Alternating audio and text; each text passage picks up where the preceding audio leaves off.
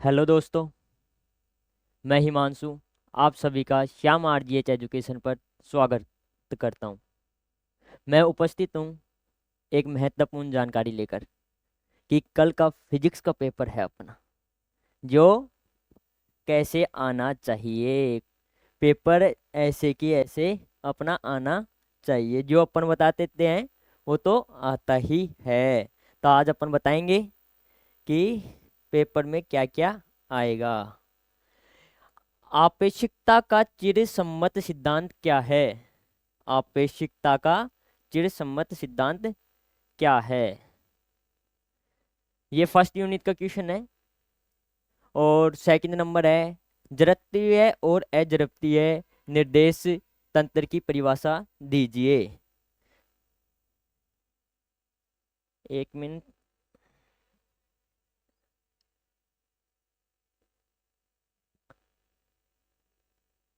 Okay,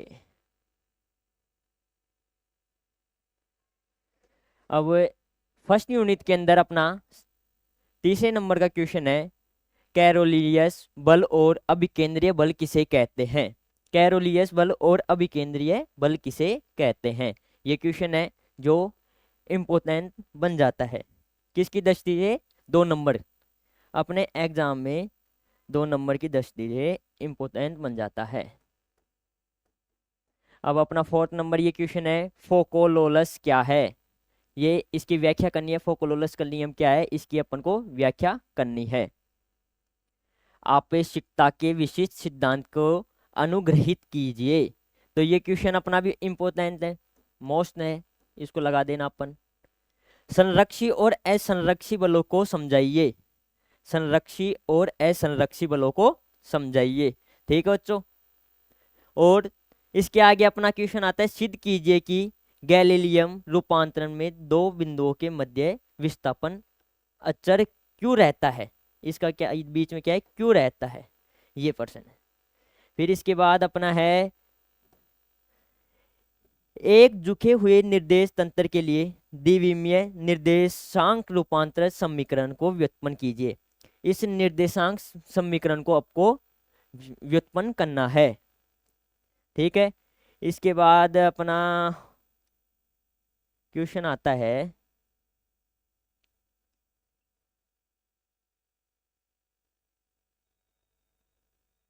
एक minute. इसके बाद अपना आता है कि कार्य ऊर्जा प्रमेय क्या है। कार्य ऊर्जा प्रमेय क्या है, इसको अपन को समझाना है। इसके आवश्यक सूत्र को अपन को व्युत्पन्न करना है। इसके बाद आता है, नियत संरक्षी बल क्षेत्र में एक कण की सरल रेखीय गति का वर्णन करना है। नियत संरक्षी बल है ना, इसकी एक कण की सरल रेखीय गति का वर्णन करना है। ठीक है। इसके बाद अपने फर्स्ट यूनिट कंप्लीट हो जाती है। ठीक है। सबसे इंपॉर्टेंट इसमें अपन बताएं एग्जाम की दृष्टि से, तो एक तो ये बन जाता है और एक ये बन जाता है, नियत संरक्षी बल। ये कई बार एग्जाम में देखने को मिल जाता है। तो अब अपन चलते हैं सेकंड यूनिट की तरफ।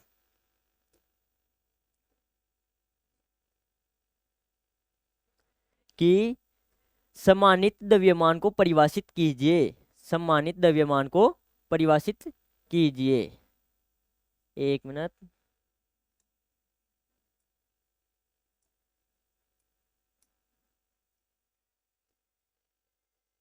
इसके बाद अपना सेकंड यूनिट में आता है, प्रत्याश और अप्रत्याश तक में अंतर लिखिए। प्रत्याश और अप्रत्याश तक सबसे इंपॉर्टेंट एग्जाम में, ये कल के एग्जाम में आपको मिले ही मिलेगा। कितने नंबर में मिलेगा ये? या तो 5 नंबर, क्योंकि यूनिवर्सिटी ने अपना पेपर जो एग्जाम पेपर पैटर्न होता है ना, वो चेंज कर दिया, 100 नंबर का कर दिया इस बार से। तो अब 3-3 क्वेश्चन, एक क्वेश्चन के अंदर 20 नंबर का आता है, एक क्वेश्चन अब दे के अंदर तो 5-5 की डिवाइड में आता है।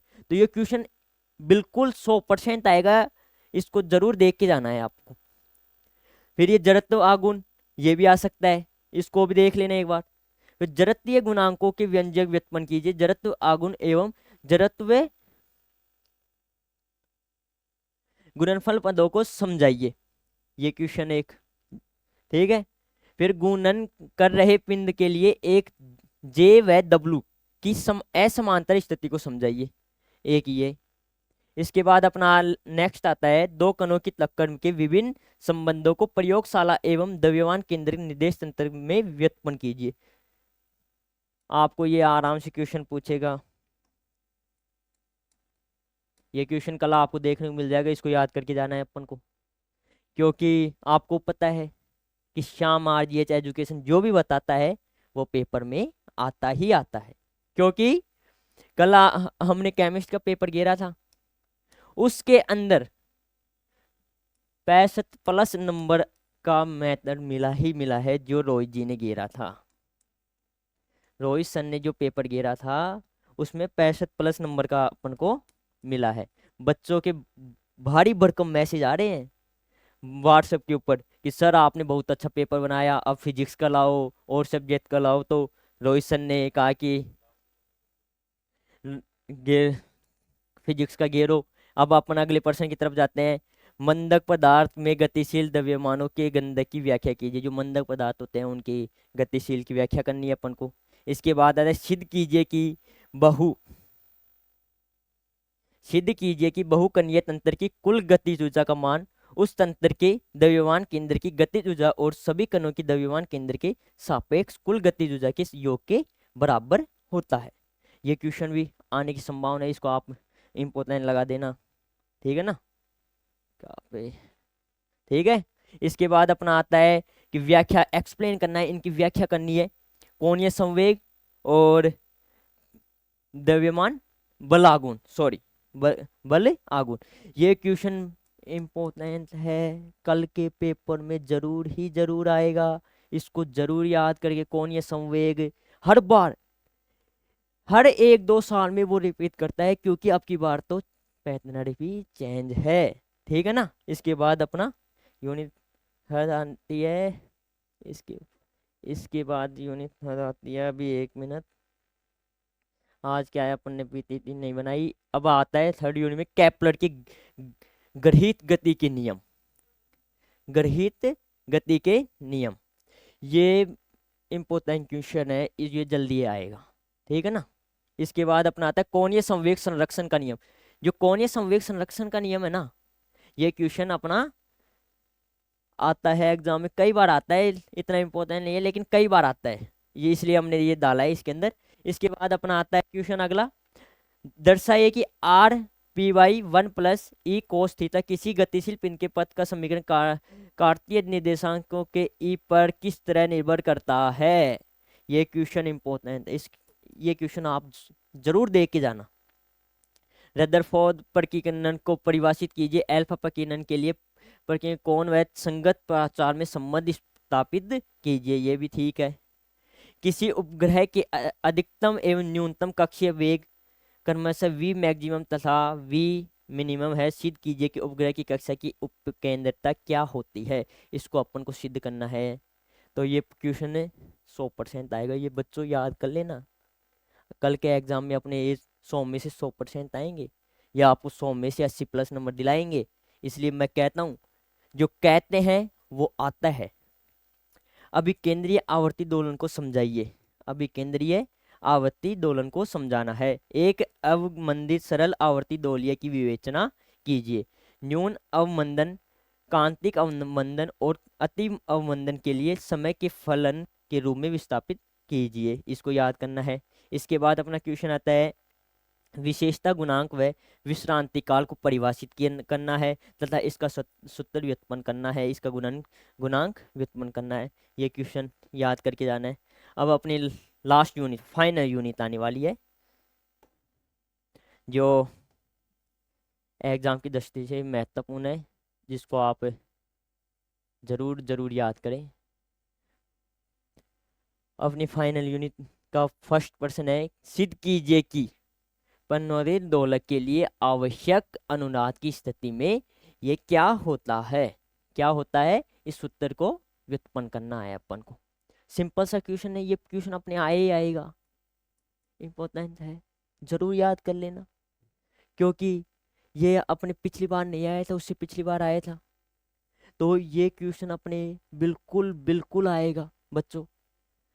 इसके बाद अपना आता है, दो एक समान सरल लोलकों एक के नियतांक की स्प्रिंग से युग्मित किया गया है। इस युग्मित दोलक की गति का सभी समीकरण लिखना है। क्या लिखना है? समीकरण लिखना है। और इन्हीं विभिन्न स्थितियों के लिए हल कीजिए, यानी जो विभिन्न स्थिति होती है उनको हल करना है। ये क्वेश्चन भी इंपॉर्टेंट है, ठीक है। इसके बाद अपना लास्ट फाइनल क्वेश्चन आता है। इसके बाद है थोड़ी कुछ नहीं है। इसके बाद लास्ट फाइनल क्वेश्चन आता है अपना, एक यात्रित आवर्ती दोलक के लिए अवकलन समीकरण स्थापित कीजिए। क्या? एक यात्रित आवर्ती दोलक है ना, उसके लिए अवकलन समीकरण स्थापित करना है। और अनुनाद सहित विभिन्न स्थितियां, जिसकी जितनी भी स्थितियां है, दो शायद 3-4 स्थितियां होंगी इसकी, तो उनको अपन को लिखना है। इंपॉर्टेंट मोस्ट है ये क्वेश्चन। फिर इसके बाद अपना ये कंप्लीट हो जाता है।